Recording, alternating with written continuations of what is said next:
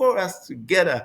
He gas, he gas, and that's the origins of East Side. So today we're gonna talk a little bit about the cinema culture in Saint Lucia as you were growing up. Um, to start us off, why did you choose this topic? I wanted to tell an interesting story that I know, that I know, and that will record. That will record. I think some important information about the time in Saint Lucia, which means some important information about the history of my country and my community. And I wanted to do something, but I I haven't heard done yet And why do you think it's important for other people to hear this story? because it's our story. And I think the more we can tell our story, we can tell our story. The more we tell our story, as the more the generations coming from after us, okay, will understand their history, their story, and they will continue their story and be able to continue their story on firmer footing. So, my name is Kennedy Samuel, better known as Boots. And I am from St. Lucia. And I am from St. Lucia, born and bred. Now I want to talk about cinema in St. Lucia because I think it contributed culturally to us as a people, as a community. So let me make sure that that story is told from my, if nobody else tells it, that one will be there about cinema in St. Lucia. Well, my earliest memory of the cinema is going to the cinema with my family. We took us to cinema now and then as children. My mom would take us to the cinema in Castries, and then and as we grew up, I would go to the cinema on my own, sometimes illegally, because there were times my family did not want us to go to the cinema, and so on for all kinds of reasons. But I found ways which sometimes we went to the cinema without them knowing, especially on a Saturday morning, when we were free up in town. Went into the cinema crowd. Okay, there were no the two cinemas that were in Castries. These were the only theaters that was really around. Things like plays, if they were performed, they would be performed in places like the Castries City Council. I'm talking about the city of Castries, in the Castries City Council auditorium, or in the parish center, or whatnot. But in terms of a theater, these were traditional theaters too. The structure of the cinema was a theater, a proscenium theater, with a stage right at the top. Everybody there, and there are different levels of the theater, and so on. These were the only theater that we knew at that time, over that generation. I'm talking about. I was born in the 50s, so I'm talking about in the 60s, 70s, 80s, 90s. These were the theaters that we knew until they came later on to build the cultural center as a theater, but that's another story. If you could paint me a picture, where were the two cinemas located for people who don't know? I'm talking about two cinemas because where I live in Castries. However, there was cinema tradition, especially in some communities in which I remember too. So it was not just in these two were the main, and people came down from all over to go to cinema in Castries and thing. But I know there was a cinema in Viewfort. The building is still there. There was a cinema, I think it was called the Royal Cinema, if I remember, and that was in Center Viewfort, is the southern town, St. Lucia, and there was a cinema in Soufre. The building is still there. Cinema in Soufre. It was converted into a number of things, but it's still there, and it's shaped like the theater that of the two cinemas in town. So, but the two cinemas in Castries, that's what we could talk about. Its cultural significance, its cultural contribution to the St. Lucian community, St. Lucia as a community, and Castries in particular. Okay, so we're talking about Clark Cinema, And that Clark Cinema was located in the corner of Miku Street and Manuel Street. Okay, and that's on the western side of the city. That right there is the building is still there. SNS. That's the main SNS building. So okay, so that building that SNS occupies now, that used to be Clark's Cinema, and then the other one was the Getty Cinema. The Getty Cinema was in the William Peter Boulevard. That's where it was, the Getty Cinema. It was owned by Judah. That whole Judah building. I don't know if you remember, Voyagers used to be in that. There was a big fire just a few years ago, and Voyagers, that whole complex, the Getty Cinema was part of that complex, and it was in the middle there, and it stood. In fact, Voyager downstairs, the cinema Voyager had a they expanded. So that's where we're talking about. These two huge theater structures in the middle of Castries that contributed so much. I said contributed so much to culture and life. How we were as a people, from my memories. For one, the cinema, everybody went to the cinema. We cut across classes. So all classes met in the cinema. So in that way, it broke through some of the social class barriers, and so because what brought in, cinema was the main popular entertainment of Saint Lucia. It's by way, in terms of by degrees, way beyond anything else. Cinema. Everybody went to the cinema, especially on weekends. Um, but cinema cut those social boundaries. But at the same time, the structure of the cinema, you go in there, it reflected a lot of the social boundaries too, because inside the cinema, there were three sections or four sections in some of them. No, I can't remember which one, but the main sections was pit section. That was usually at the bottom, closest to this, and that was where the crowd, when the rabble, and really from the more marginalized classes of society and so on, went there. But the cinema was such a popular entertainment thing there, so that yeah, we went to pit, and there was circle, okay, where you'd find more aspiring middle class and so on. There was, and in one of them there was even dress circle.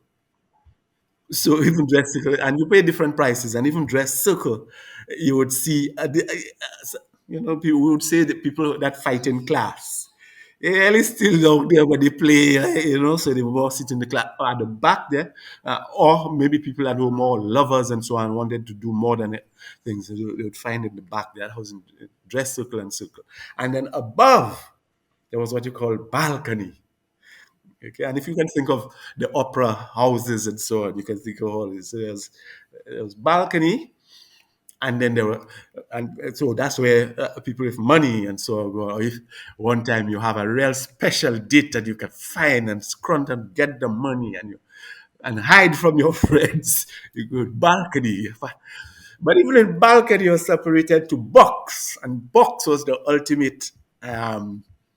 Class place. Box was the most expensive place to be, But because all social classes came, so a lot of the business class people that is box, you'd find them in people with the noses and so. Because there were some films if they came, they would come to the cinema. So cinema did that. So it cut across social classes, but it also made social classes met there. Apart from sitting watching the movie, you had the foyer. People bought things, so people who met there and talked, and so it was like carnival. Carnival cut across social barriers and brought people together. But the cinema was different. It brought everybody together, but it's in a way kept. It made everybody feel the social classes, and not only for the movies themselves that cinema was popular and cultural. The cinema buildings were the Calypso tents of St. Lucia, in St. Lucia. Now, that is another tradition that we can talk about, the Calypso tradition, the tradition of Calypso in St. Lucia. Well, that culture. Okay. But the cinema buildings were the homes of the Calypso tents in St. Lucia. And that's where you would get things like the quarterfinals of the Calypso competition and so on. So in there, there was this storytelling, this beautiful storytelling um, session that brought the nation together.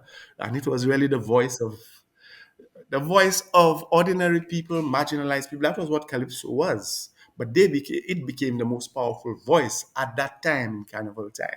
And it was in the cinemas. So people flocked to cinemas for Calypso tents to hear these barbs tell the history of St. Lucia, to hear this, do the political work.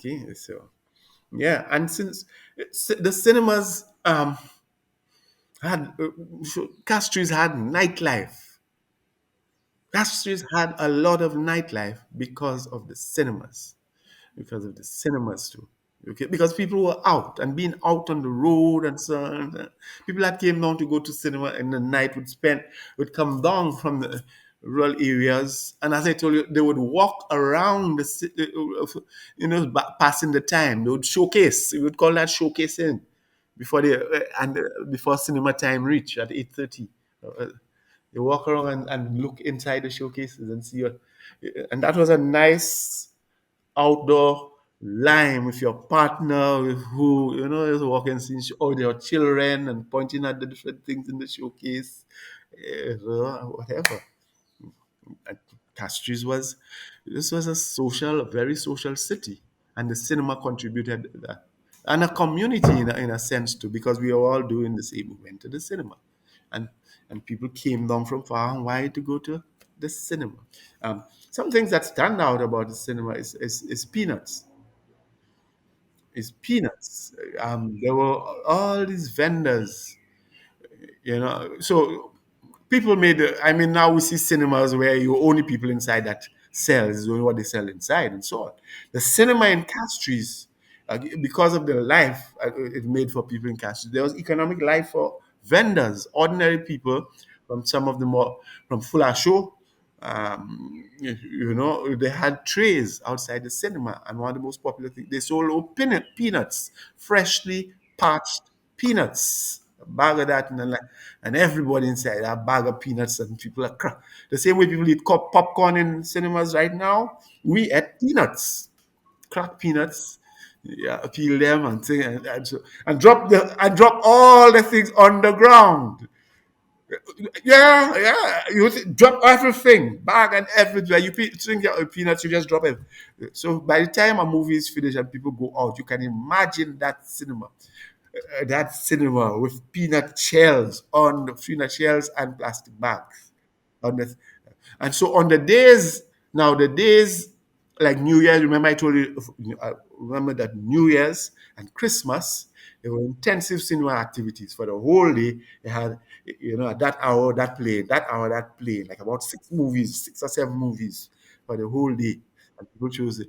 So in between, when one movie is finished, you found yourself in a line outside waiting to come in, especially if it's a popular movie that plays in second, and you're there waiting on the line because people are trying to clean all the peanut shells and so on that are there, because sometimes they just leave it and they let you come in and sit, and you go in that. But very nasty habits. And maybe that's why St. Lucians do that up to now, because that was built from there, that they just drop things anywhere, anything, and so on. Because as though you feel somebody else will come and clean it for you. So, but in the cinema, that's it. You peel your peanuts, you just drop that. Just drop that. I don't know what they were doing in box and balcony, but certainly in pit and circle, people were just cracking their peanuts and drop their peanuts shells on the ground. Yes, so that stands out. That stands out very, very, very, very much. How much did it cost to go to the movies? I remember a time when for pit, I remember 75 cents for pit, or 50 cents or 75 cents. I remember a time you were paying cents for pit. And then I can remember paying about a $1.50 for pit. I remember um, like $2 for circle. I remember times when it was like $2 for circle, and then I wasn't thinking of balcony and box. That was not. Yeah, I could not think of the. But I can remember things like $5 and $10 at that time. But then it reached a point when cinema. It reached a point where we were paying things like $10 for cinema. Uh, it went across and even more than that. But I can remember the days when I was paying cents for cinema. How often did you go to the movies? Quite often, but then you might make my mother hear this from this interview, and I'm very about saying this, and she doesn't know that. I remember my father, or maybe my brother, my bigger brother, had some idea because he was an acolyte just like me. So we were acolytes in the city of Castries, well, high profile acolytes, and this was the mecca of Catholicism, but so we are acolytes. So this was activity every day, morning. You had to go until 5 o'clock in the morning and so mass and so on. In the evening, yeah, mass and thing and so on. So if you manage your time good of being away from home, the time you could slip away and run to the cinema without no. I'd see it's because of church related business. And I did that often. I did that often, I can tell you. Especially for Saturday morning cinema. Saturday morning, when all children went to instruction and thing and whatnot. Okay, instruction, yes, but they have time. They have Saturday morning. That's the time they were playing karate movies. That's the time. Yeah, you will see instruction. Oh, yeah. Anyway, no, so that's all I will see. Yes, I went to the movies very often. Oh, the other tradition that describes St. Lucians, their participatory nature in entertainment and thing and whatnot. A lot of it was expressed in how they went to the cinema, and that would be different from a lot of cinemas that you go to where the people will tell you shh if you talk in the cinema, and thing and so on. St. Lucia was different. Our cinema would have been the loudest place, especially if it's an action movie. An action movie. Oh yes, oh yes, oh yes. Chorus together.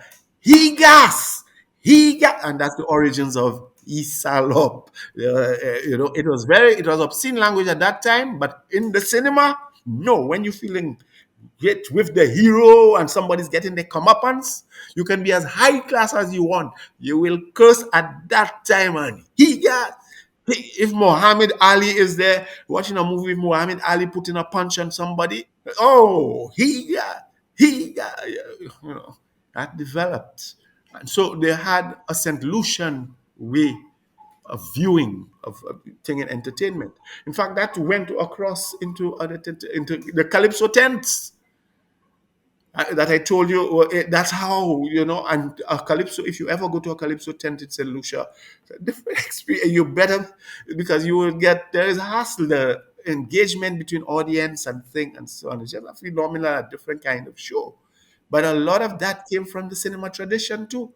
Even before the movie starts, there's participation. If there's a cut in the movie, a technical break or whatnot, everybody knew the name of, say, this is a community, who was the operator of this, and so on. And chants, there were some standard chants and names and call it for so there's Mr. Yard, who was I think the uncle of my wife, my, my wife, Christine Springer, Mr. Yard. He was an uncle, and he worked in the cinema, and we knew the workers of the cinema. That's another story too. He worked in the Gaiety Cinema. And so you better don't have any technical problems. It's because Yard, there are some names that people began calling Yard that stayed for him. And everybody knew it. And Yard this, Yard, some of them is not, it'll not be good to be saying on there. Our participatory viewing, there's a participatory viewing nature. Don't be surprised if you're in the middle of Canada somewhere and a cinema is good and everybody's quiet and somewhere something happens and out of the blue you say, Isalop! You'll know it's a St. Lucian. And maybe the person might say sorry and so on because it just came out naturally. But that has happened to me. I've heard St. Lucian's in a cinema in Barbados. I've heard St. Lucian's in a cinema in Brooklyn, New York. And they do, some of them do it for fun because they know some of the white people around will tell them, shh. But you knowing that there are St. Lucians in the cinema because of that. That's what some of what this cinema tradition gave us and made us into in St. Lucia. Yeah, but he gas, which evolved into this more obscene he salop in St. Lucia and he salop is now almost like a national word. And a lot of that got established because of through the cinema tradition. Anywhere around the world, you will recognize and know a St. Lucian if you hear the word, which is a vulgar word, which is an obscene language in St. Lucia. But if you hear Esalop anywhere in the world, you'll know there is St. Lucia there. There's a St. Lucian there. Yeah. Cinema needs to be blamed for a lot of that. The cinema tradition. How would you describe cinema culture today in comparison to what it was? Right now, it is different. The cinema tradition, that cinema tradition faded away slowly, until that closed down and so on. Uh, it never came back. What's here in St. Lucia right now? There are cinemas. There's the multiplex. There's this huge multinational corporation, and their cinemas, and this is more. So it's there as a recreational kind of something, but it's not as cultural as it was in the time come by. It's not so much a way of life of us as St. Lucians. It's just there like it's there everywhere in the world, as a type of recreation. Yeah, it's a whole new thing, and it's still in for me. It's still cinema. I'm seeing my movie in a bit. So from me and my love for the art, and okay, so seeing it in the big screen, it's there, but it's not the same. It is there right now. Say like a product, a simple product that's being sold. Um, and that is where you buy it. I miss what it was, and because it was a special kind of St. Lucian entertainment house, and it was popular, and everybody did it, everybody understood it, everybody in its different ways, and so it helped to build community, you know. Um, build culture. It was part of how we were as a people. And I miss that. And the person just scream.